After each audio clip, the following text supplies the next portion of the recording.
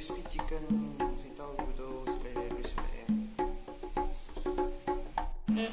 ada yang jadi siapa chicken breast tahu tidak kok chicken breast semuanya pada yang tapi ni kok atau aham pada sudah mai tahu ni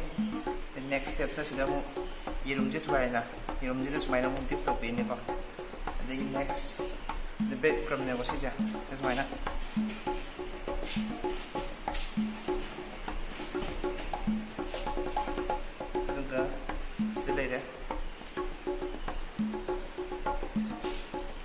tàu cũng cũng là cái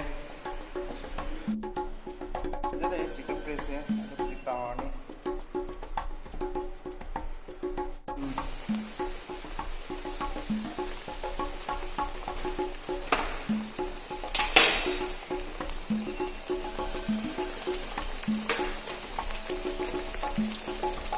mấy tàu này mấy giờ tận thay vì này yang cân tàu về thì tạt sần là mấy cân bây giờ này mấy giờ yam tập nó tha được cân tha thì sẽ cả sần được thì cái này cái phần gì pha mình là có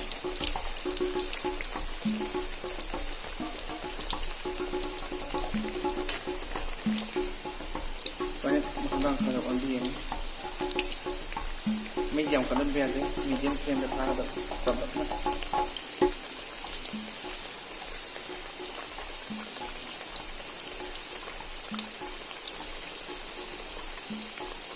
cáiมันเป็นจานgì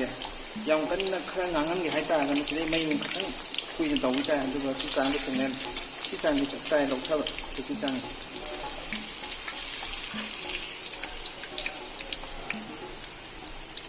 ่ยสิ่งที่อุปสิตาอยู่ด้วย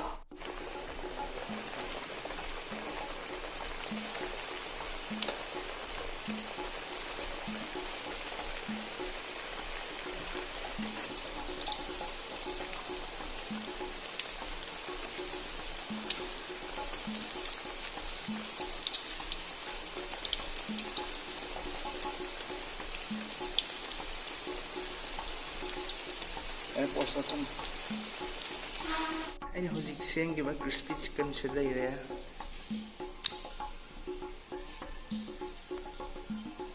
crispy chicken lagi sauce mayoneese the one mayoneese makan dekat apa mana crispy chicken